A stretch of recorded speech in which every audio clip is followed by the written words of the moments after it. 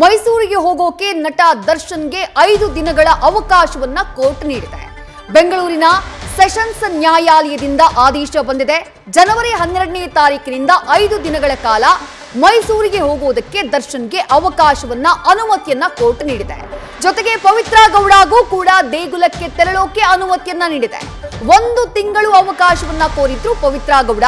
ನಾನು ಹೊರ ರಾಜ್ಯಕ್ಕೆ ತೆರಳಬೇಕು, ದೇವರ ದರ್ಶನಕ್ಕಾಗಿ ದೇಗುಲಕ್ಕೆ ಹೋಗೋದಕ್ಕೆ ನನಗೆ 1 ತಿಂಗಳ ಕಾಲಾವಕಾಶವನ್ನ ಕೊಡಿ ಅಂತ ಹೇಳಿ ರೇಣುಕಾ ಸ್ವಾಮಿ ಕೊಲೆ ಪ್ರಕರಣದ A1 ಪವಿತ್ರ ಗೌಡ ಮನವಿಯನ್ನ ಮಾಡಿಕೊಂಡಿದ್ರು. ಅದಕ್ಕೂ ಕೂಡ ಕೋರ್ಟ್ ಅನುಮತಿಯನ್ನ ನೀಡಿದೆ ಅನ್ನುವಂಥ ಮಾಹಿತಿ ಲಭ್ಯವಾಗ್ತಾ ಇದೆ. ಇವತ್ತು 57ನೇ CCH ಕೋರ್ಟ್ಗೆ 17 ಜನ ಆರೋಪಿಗಳು ಕೂಡ ಪ್ರಕರಣದ ವಿಚಾರಣೆಗಾಗಿ ಹಾಜರಾಗಿದ್ರು. ದರ್ಶನ್, ಪವಿತ್ರ ಗೌಡ ಸೇರಿದಂತೆ ಎಲ್ಲ 17 ಆರೋಪಿಗಳು ಕೂಡ ಹಾಜರಾಗಿದ್ರು. ಈ ಸಂದರ್ಭದಲ್ಲಿ ಪ್ರಕರಣಕ್ಕೆ ಸಂಬಂಧಪಟ್ಟ ಹಾಗೆ ವಿಚಾರಣೆಯನ್ನ ಫೆಬ್ರವರಿ 25ಕ್ಕೆ ಕೋರ್ಟ್ ಮುಂದೂಡಿಕೆ ಮಾಡಿದೆ.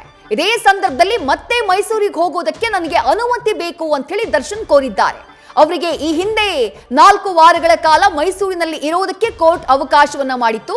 ಈಗ ಮತ್ತೆ ಮೈಸೂರಿಗೆ ಹೋಗೋದಕ್ಕೆ ಸಮಯವನ್ನ ಕೇಳಿದ್ದಾರೆ, ಅನುಮತಿಯನ್ನ ಕೇಳಿದ್ದಾರೆ. ಹಾಗಾಗಿ ಜನವರಿ 12ನೇ ತಾರೀಕಿನಿಂದ 5 ದಿನಗಳ ಕಾಲ ಮೈಸೂರಿಗೆ ತೆರಳುವುದಕ್ಕೆ ದರ್ಶನ್ಗೆ ಕೋರ್ಟ್ ಅನುಮತಿಯನ್ನ ಕೊಟ್ಟಿದೆ. ಹಾಗೆ ಪವಿತ್ರ ಗೌಡ ಕೂಡ ನಾನು ಹೊರ ರಾಜ್ಯಕ್ಕೆ ಹೋಗಬೇಕು, ದೇವರ ದರ್ಶನಕ್ಕೆ ತೆರಳಬೇಕಾಗಿದೆ, ಹೀಗಾಗಿ 1 ತಿಂಗಳ ಕಾಲ ಬೆಂಗಳೂರಿನಿಂದ ಹೊರಗಡೆ ಹೋಗೋದಕ್ಕೆ ನನಗೆ ಅನುಮತಿಯನ್ನ ಕೊಡಬೇಕು ಅಂತ ಹೇಳಿ ಕೋರ್ಟ್ನಲ್ಲಿ ಮನವಿ ಮಾಡಿಕೊಂಡ್ರು. ಅದಕ್ಕೂ ಕೂಡ ಕೋರ್ಟ್ ಪುರಸ್ಕರಿಸಿದೆ ಆ ಮನವಿಯನ್ನ ಅನ್ನುವಂಥ ಮಾಹಿತಿ ಸಿಗ್ತಾ ಇದೆ. ಮತ್ತಷ್ಟು ಡೀಟೇಲ್ಸ್ ನಮ್ಮ ಪ್ರತಿನಿಧಿ ಸಂದೇಶ್ ನೀಡ್ತಾ ಹೋಗ್ತಾರೆ. ಸಂದೇಶ್, ಬೆಳಗ್ಗೆಯಷ್ಟೇ ಕೋರ್ಟ್ಗೆ ಹಾಜರಾಗಿದ್ರು, ಮನವಿಯನ್ನ ಇಟ್ಟಿದ್ರು, ಹೊರಗಡೆ ಹೋಗಬೇಕು ಅಂತ ಹೇಳಿ, ಮೈಸೂರಿಗೆ ಹೋಗಬೇಕು ಅಂತ ಒಬ್ರು, ಹೊರ ರಾಜ್ಯಕ್ಕೆ ಹೋಗಬೇಕು ಅಂತ ಮತ್ತೊಬ್ರು, ಇಬ್ಬರಿಗೂ ಕೂಡ ಅನುಮತಿ ಸಿಕ್ಕಿದೆ. ಯಾವ ಗ್ರೌಂಡ್ ನ ಮೇಲೆ ಅಥವಾ ಏನಾದ್ರೂ ಷರತ್ತನ್ನ ಹಾಕಿದ್ಯಾ ಕೋರ್ಟ್? ಏನ್ ಡೀಟೇಲ್ಸ್ ಸಿಗ್ತಾ ಇದೆ ಸಂದೇಶ್?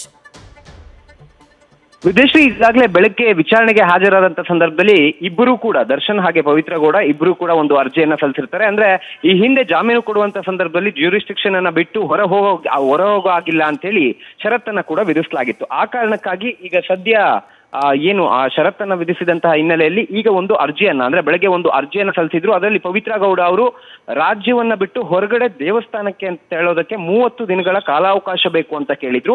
ಆದ್ರೆ ಈಗ ಕಾಲಾವಕಾಶವನ್ನ ಕೊಟ್ಟಿದ್ದಾರೆ. ಆದ್ರೆ ಎಷ್ಟು ದಿನಗಳವರೆಗೂ ಅನ್ನೋದು ಸ್ಪೆಸಿಫಿಕ್ ಆಗಿ ಹೇಳಿಲ್ಲ. ಆದ್ರೆ ಹೊರಗಡೆ ಹೋಗೋದಕ್ಕೆ ಅಥವಾ ದೇವಸ್ಥಾನಕ್ಕೆ ಹೋಗೋದಕ್ಕೆ ಅನ್ನೋ ಒಂದು ರೀಸನ್ ಕೊಟ್ಟಿರೋದ್ರಿಂದ ಈಗ ಪವಿತ್ರ ಗೌಡ ಅವರಿಗೆ ಅವಕಾಶವನ್ನ ಕೊಟ್ರೆ, ಮತ್ತೊಂದು ಕಡೆ ದರ್ಶನ್ ಅವರು ಕೂಡ ಏನು ಹೆಲ್ತ್ ಗ್ರೌಂಡ್ಸ್ ಮೇಲೆ ಅಥವಾ ಮೆಡಿಕಲ್ ಗ್ರೌಂಡ್ಸ್ಗಾಗಿ ಒಂದು ಅರ್ಜಿಯನ್ನ ಹಾಕಿದ್ರು.